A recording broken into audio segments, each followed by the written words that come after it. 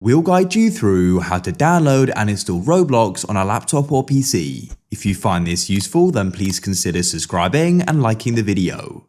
This is really useful to do, as you'll then have the Roblox app. You can easily go and access and use Roblox on your computer.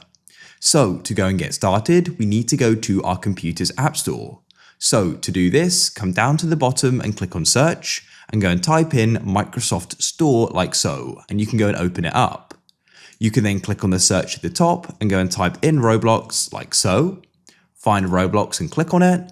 And over to the left here, you'll see the option for install. Click there. You can scroll through here and read about it, or just go and wait for the play button to appear. You can then press play, but also go and search your computer for it and it will open. Now you can go and create an account, or you can go and sign in. And now here we are, and what we can do is start using Roblox. You've got the different sections on the left here, and you can also just go and get into a game just like so. If you found this guide useful, then please consider subscribing and liking the video. I look forward to being able to help you again in the future. Have an awesome day.